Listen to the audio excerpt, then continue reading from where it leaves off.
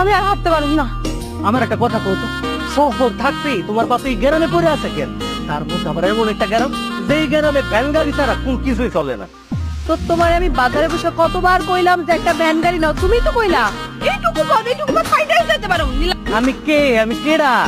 মন্টু শিকদার। আমার লগে কে ভ্যান গাড়ি যায়? আমি ভ্যান গাড়িতে করে আমার শ্বশুর বাড়ি যাবো। আসসালামু আলাইকুম আব্বাজান। লম্বা করে সালাম দেওয়ার উদ্দেশ্যটা কিন্তু বুঝা পারছি। করে দীর্ঘদিন ধরে আবার অন্য ধ্বংস করতে হয়েছো, তা হঠাৎ আমার বাড়িতে কি মনে করে? আব্বা মনে হয় আমার ঘরে আসা দেখা মন খারাপ হয়েছেন। হ্যাঁ না, তুমি আব্বার কথাটা বুঝো নাই তাই না? আরে আব্বা হইলো মুরব্বী মানুষ, দেখো না এই যে গায়ে গতরে সারাদিন কামলার মতো কেমনি করে খাটে। কি আব্বা রোজা রাখছেন নাকি? আমার মনে হয় আব্বার রোজাই ধরছে।